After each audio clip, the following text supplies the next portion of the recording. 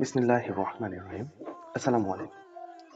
আজ আগত রাত হলো শাবান মাসের মধ্য দিবসের রজনী, যা আরবিতে লাইলাতুন নিসফি মিন শাবান, যা আমাদের অঞ্চলে শবে বরাত নামে প্রসিদ্ধ। শবে বরাত এই শব্দ যুগলটি ফার্সি ভাষা থেকে এসেছে। শব মানে রাত, বরাত অর্থ মুক্তি, তাই শবে বরাত অর্থ মুক্তির রাত। প্রতি বছর হিজরি বর্ষের শাবান মাসের 14 তারিখ দিবাগত রাত্রি শবে বরাত হিসেবে পালিত হয়। হাদিস শরীফে রাতটিকে লাইলাতুন নিসফি মিন শাবান বা শাবান মাসের মধ্য রজনী বলে আখ্যায়িত করা হয়েছে। সঙ্গে এও বলা হয়েছে, এটি এমন এক রাত যে রাতে বান্দাকে তার পরওয়ারদিগার গুনাহ থেকে মুক্তি দান করে। এখান থেকেই ফার্সিতে এ রাতকে শবে বরাত বলে আখ্যা দেওয়া হয়েছে, যার অর্থ মুক্তির রাত। হাদিসে এসেছে, মুআজ ইবনে জাবার রাদিয়াল্লাহু তাআলা হতে বর্ণিত, রাসূলুল্লাহ সাল্লাল্লাহু আলাইহি ওয়াসাল্লাম বলেছেন, আল্লাহ তাআলা অর্ধ শাবানের রাতে মাখলুকের দিকে রহমতের দৃষ্টি দেন এবং মুশরিক ও বিদ্বেষ পোষণকারী ছাড়া আর সবাইকে ক্ষমা করে দেন। অনেকে এই হাদিস সহ শাবানের রাতের সব হাদিসকেই অস্বীকার করেন এবং শবে বরাতকে বিদআত বলেন। যারা বলেন শবে বরাত বলে কিছু নেই, তাদের দাবি সঠিক নয়। কারণ শবে বরাত শব্দটি হাদিস শরীফে নেই বটে, কিন্তু লাইলাতুন নিসফি মিন শাবান হাদিসে উল্লেখ আছে, যা আমাদের কাছে শবে বরাত হিসেবে পরিচিত হয়েছে। এই বিষয়ে এক হাদিসে হযরত আয়েশা রাদিয়াল্লাহু তাআলা আনহা বর্ণনা করেন, একবার রাসূলুল্লাহ সাল্লাল্লাহু আলাইহি ওয়াসাল্লাম নামাজে দাঁড়ান এবং এত দীর্ঘ সিজদা করেন যে আমার ধারণা হলো তিনি হয়তো মৃত্যুবরণ করেছেন। আমি তখন উঠে তার বৃদ্ধাঙ্গুলি নাড়াল দিলাম। তার বৃদ্ধাঙ্গুলি নড়ল। যখন তিনি সিজদা থেকে উঠলেন এবং নামাজ শেষ করলেন, তখন আমাকে লক্ষ্য করে তিনি বললেন, হে আয়েশা, তোমার কি আশঙ্কা হয়েছে যে আল্লাহর রাসূল তোমার হক নষ্ট করবেন? আমি উত্তরে বললাম, না হে আল্লাহর রাসূল, আপনার দীর্ঘ সিজদা থেকে আমার এই আশঙ্কা হয়েছিল আপনি মৃত্যুবরণ করেছেন কিনা। তখন রাসূলুল্লাহ সাল্লাল্লাহু আলাইহি ওয়াসাল্লাম জিজ্ঞেস করলেন, তুমি কি জানো এটা কোন রাত? আমি বললাম, আল্লাহ ও তার রাসূলই ভালো জানেন। রাসূলুল্লাহ সাল্লাল্লাহু আলাইহি ওয়াসাল্লাম তখন ইরশাদ করেন, এটা হলো অর্ধ শাবানের রাত।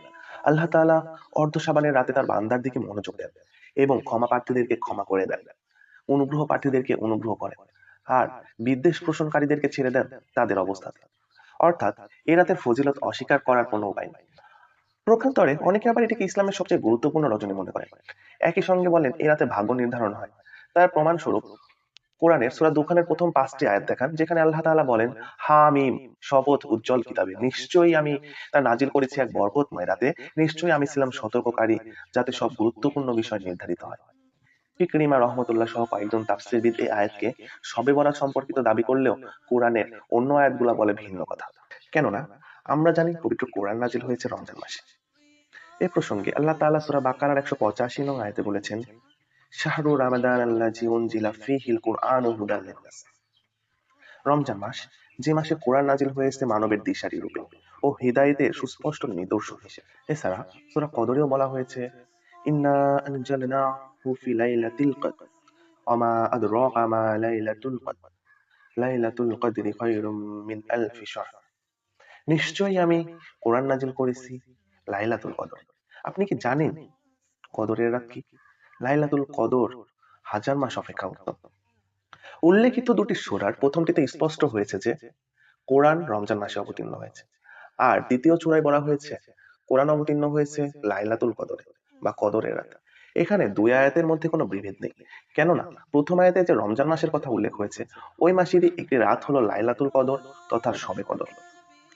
আর সূরা দুখানে আমি তা নাজিল করেছি এক বরকতময় রাতে, এখানে বরকতময় রাতকে শবে বরাত হিসেবে মনে করার কোনো যৌক্তিকতা নেই। কারণ সর্বসম্মতিক্রমে কোরআন রমজান মাসে ও রমজানের কদরের রাতে অবতীর্ণ হয়েছে। তাই সূরা দুখানের আয়াতে যে বরকতময় রাত উল্লেখ করা হয়েছে তা নিশ্চয়ই শবে কদরের রাত। আর ওই রাতেই সব গুরুত্বপূর্ণ বিষয় নির্ধারিত হয়। কোরআনের বিশ্লেষণের মাধ্যমে আমরা এটি দেখতে পাই। শবে বরাতের রাতে একাকী যত ইচ্ছা বেশি নফল নামাজ পড়া, কোরআন তেলাওয়াত করা সহ জিকির আজকার, ইস্তেগফার, তাসবিহ তাহলিল পড়া যায়। আমাদের অনেকেই শবে বরাতে দল বেঁধে কবর জিয়ারত করতে চান। এটি ঠিক নয়। দলবদ্ধ ছাড়া একাকীভাবে কবর জিয়ারতে কোনো সমস্যা নেই। রাসূলুল্লাহ সাল্লাল্লাহু আলাইহি ওয়াসাল্লাম চুপি ছাড়ে জান্নাতুল বাকিতে কবর জিয়ারত করেছেন। শবে বরাত উপলক্ষে বিশেষ কোনো রোজা নেই। এই উপলক্ষে রোজা রাখা সম্পর্কিত হাদিস সহিহ নয়, দুর্বল। তবে এমনিতে কেউ চাইলে আয়ামে বীজের রোজা অর্থাৎ আরবি মাসের মধ্যে 3 দিনের রোজা রাখতে পারে। প্রত্যেক মাসে আয়ামে বীজে রোজা রাখা ফজিলতপূর্ণ আমল, কিন্তু বিশেষভাবে শবে বরাতে রোজা রাখা সুন্নাত ও মুস্তাহাব এমনটি মনে করা যাবে না। সুতরাং যারা বলেন শবে বরাত নেই, তারা যেমন ভুল করছেন, ঠিক তেমনি যারা শবে বরাতকে সবচেয়ে শ্রেষ্ঠ ও ভাগ্য নির্ধারণী রাত মনে করেন, তারাও ভুলের মধ্যে আছেন। মধ্যম পন্থা হলো শবে বরাত তথা শাবানের মধ্য রজনী একটি বরকতময় রজনী, যে রাতে আল্লাহ তাআলা বান্দাদের গোনাহ মাফ করেন। সুতরাং গোনার বোঝা থেকে মুক্তি লাভের জন্য আজকের এই রাতে মহান আল্লাহর দরবারে ক্ষমা লাভের প্রত্যাশী হয়ে আমাদের আল্লাহর কাছে ক্ষমা চাওয়া উচিত। আল্লাহ তাআলা আমাদেরকে ক্ষমা করুন। আমিন।